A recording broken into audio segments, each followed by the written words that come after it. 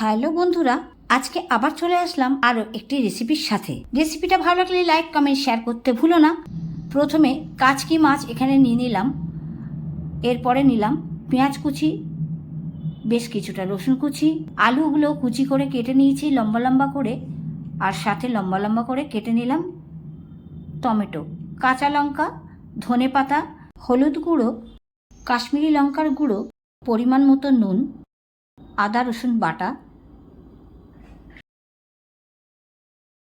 সর্ষের তেল দিয়ে ভালো করে এবারে মাছটাকে মেখে নিতে হবে।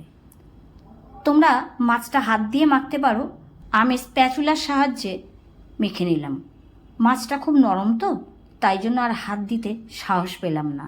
এখন রেসিপিটা দেখে তোমাদের নিশ্চয়ই মনে পড়ছে, আমরা কিন্তু ছোটোবেলায় খেয়েছি মা, ঠাকুমা, দিদিমা এনাদের হাতে।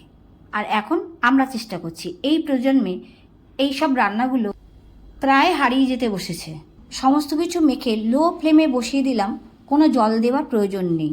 7 থেকে 10 মিনিট পর দেখে নিতে হবে ঢাকা খুলে আলু সিদ্ধ হয়ে গেছে কি না।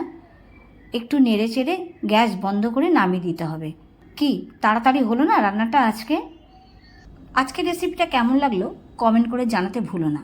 কাচকি মাছের বাটি চচ্চড়ি, এটা আরও অনেক মাছেরই হয়, যে কোনো ছোটো মাছের বাটি চচ্চড়ি